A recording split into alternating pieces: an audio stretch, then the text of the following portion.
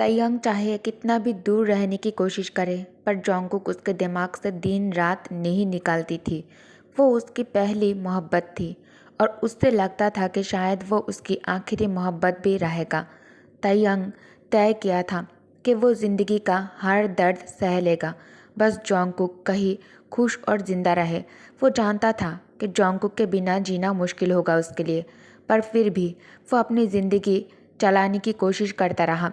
उसे लगा नहीं था कि इस जिंदगी में कभी दोबारा किसी और से प्यार हो पाएगा। जोंगकुक जैसा कोई नहीं था, न उसकी खूबसूरती न उसका अंदाज। अगर जोंगकुक उसके ज़िंदगी में ना आता तो शायद तयंग को भी असली खूबसूरती का मतलब ही नहीं पता चलता। जब भी तयंग सोचता है कि जोंगकुक अब उसकी ज़िंदगी का हिस्सा नहीं है, उसका दिल भारी हो जाता। वो जानता था कोई भी जोंगकुक का जगह नहीं ले सकता, इसलिए उसने ये तय किया जब तक सांस है वो जोंगकुक की यादों के साथ एक खाली जिंदगी जी लेगा। वो धीरे धीरे मुड़ गया। हवा उसके कोट को हिलाती रही और वो धीमी चाल से वापस चल देता है। उसे पता था कल फिर यही रुकना होगा, लेकिन जोंगकुक का घर दूर से देखना होगा पर मिलना नहीं।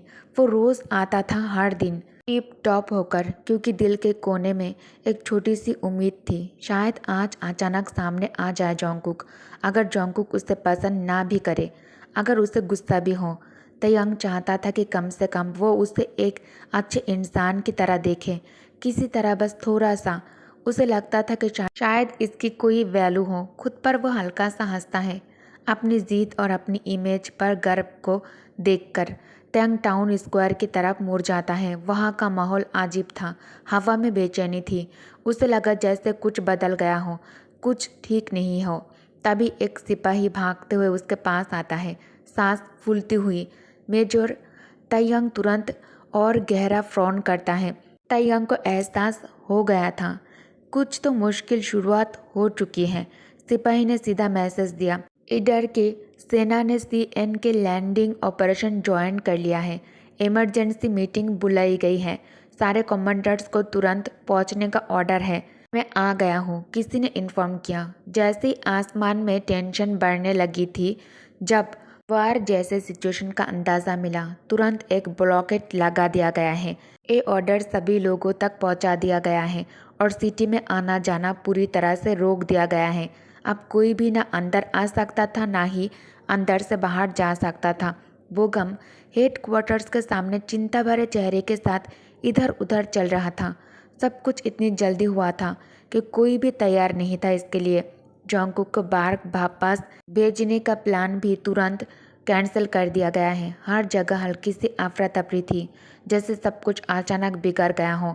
ईडर, जिसने अपनी साइड बदलकर सबको मुश्किल में डाल दिया था, अब वार में हिस्सा ले रहा था और सियाना बीच में फंस गया था। दोनों तरफ से प्रेशर बढ़ रहा था।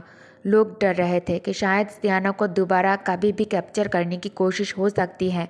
बोगम अपनी घड़ी को देखी तो उसका चेहरा और भी परेशान लगने लगा। अब वो जोंगकुक के पूरी तरह रिकवर होने का इंतज़ार नहीं कर सकता था। लीगल डॉक्यूमेंट्स का वेट करना भी मुश्किल हो गया था।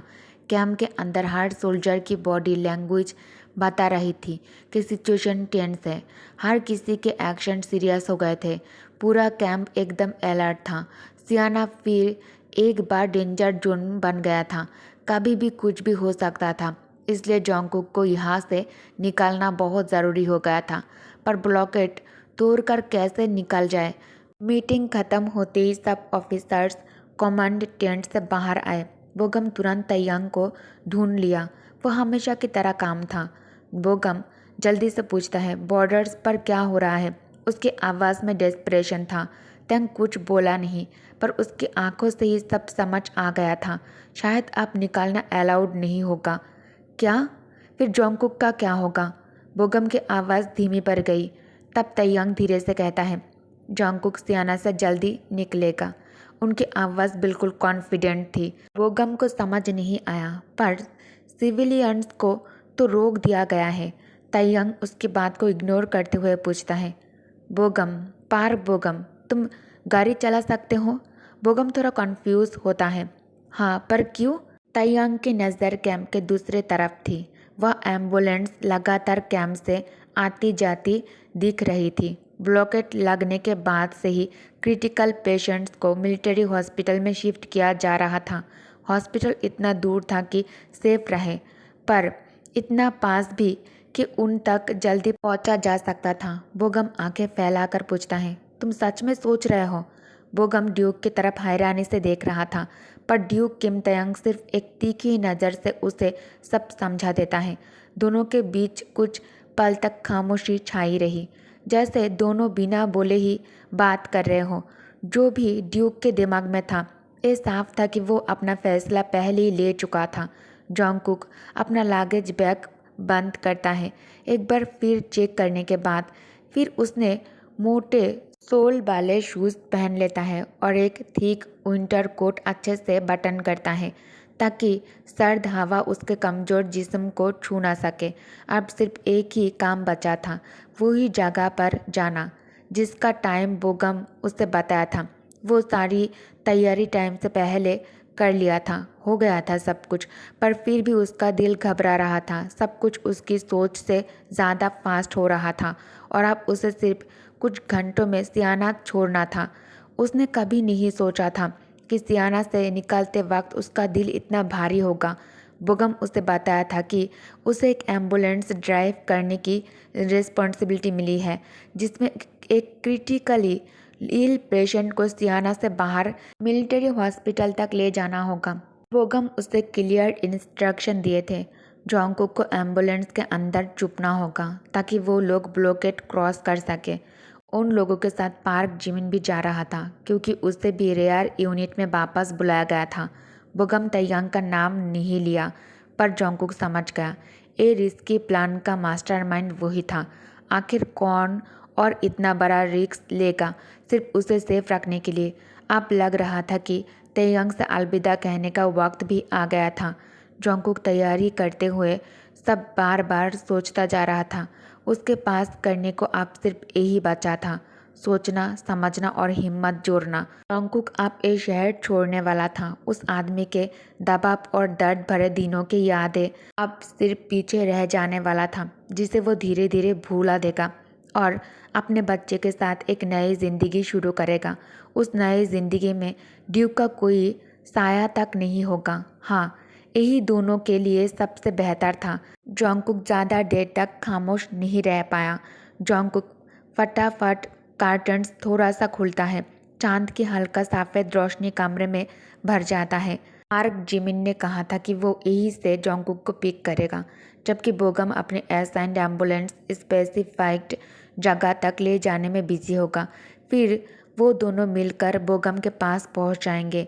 प्लान बहुत सिंपल था, जब तक कोई बीच में ना आए सब ठीक चलेगा। और सबसे कम उम्मीद थी कि तैयांग बीच में आकर उसे अलविदा कहेगा। बस ये सोचकर ही उसका सीना भारी हो गया। वो जा ही रहा था और तैयांग उसे जाने दे रहा था। वो जानता था कि तैयांग अपने शब्दों का पक्का था, फिर भी उसका दिल भर आया। बेइख्तियार उसका हाथ उसके सूजे हुए पेट पर जाता है। उसका बच्चा एक अच्छा पिता को छोड़कर जा रहा था। ये रिश्ता कभी बन ही नहीं पाएगा। ये सब पूरा राज था, सिर्फ 3-4 लोग ही जानते थे।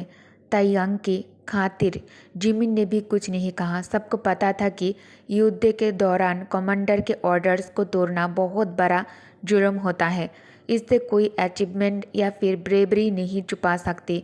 जिमिन सोच रहा था, तैयांग इतना बड़ा रिस्क क्यों ले रहा है? ऐसा क्यों था कि वो मिलिट्री कोर्ट तक का खतरा उठा रहा था? जिमिन अपने चेहरे पर पानी मारता है, सांस लेकर चेहरा पूछता है। सामने तैयांग चुपचाप बैठा था। दोनों अंधेरे में खिड़की की तरफ ख्यालों में गुम बैठे थे। कुछ देर पहले जो इंटेंस एक्सप्रेशन तैयांग के चेहरे पर था, जब तैयांग भागने का प्लान एक्सप्लेन कर रहा था जिमिन को, अब गायब था। तैयांग अंदर ही अंदर समझ कर कहता है, मुझे पता है तुम परेशान हो मेरे लिए, लेकिन तुम अब जा सकते हो। उनकी नज़रें मिली, पर जिमिन उठकर वहाँ से गया नहीं। क्या इससे ज़्यादा कुछ और नहीं कर सकता मैं? जिमिन पूछता है। उसे अपना रोल पता था। उसे एम्बुलेंस तक जाना था और वापस रेयर यूनिट भेजा जाना था। अगर वो रास्ते में जोंगकुक को साथ ले जाता तो वो सीधा ऑर्डर नहीं तोड़ रहा होता, वो फिर भी एम्बुलेंस में ही जा रहा होता। बस एम्बुलेंस में एक छुपी हुई पैसेंजर होती। वार के टाइम ऑफिसर का बैरक्स से निकालना आम बात होती है और ब्लॉकेट के दरमियान जल्दी में निकालना और भी कॉमन है, इसलिए उनका निकालना किसी को शक नहीं दिलाएगा। ओके गाइस, तो इस पार्ट को मैं यही एंड करती हूँ। आज बहुत मुश्किल से वॉइस ओवर कर रही हूँ क्योंकि पर उसमें बहुत तेज़ लाउड म्यूज़िक चल रही है शाम से, क्योंकि वहाँ शादी है किसी की, इसलिए फिर भी मैं आप लोगों के लिए वॉइस ओवर कर रही हूँ। तो प्यार ज़रूर देना, ठीक है। Thank you for watching, bye bye.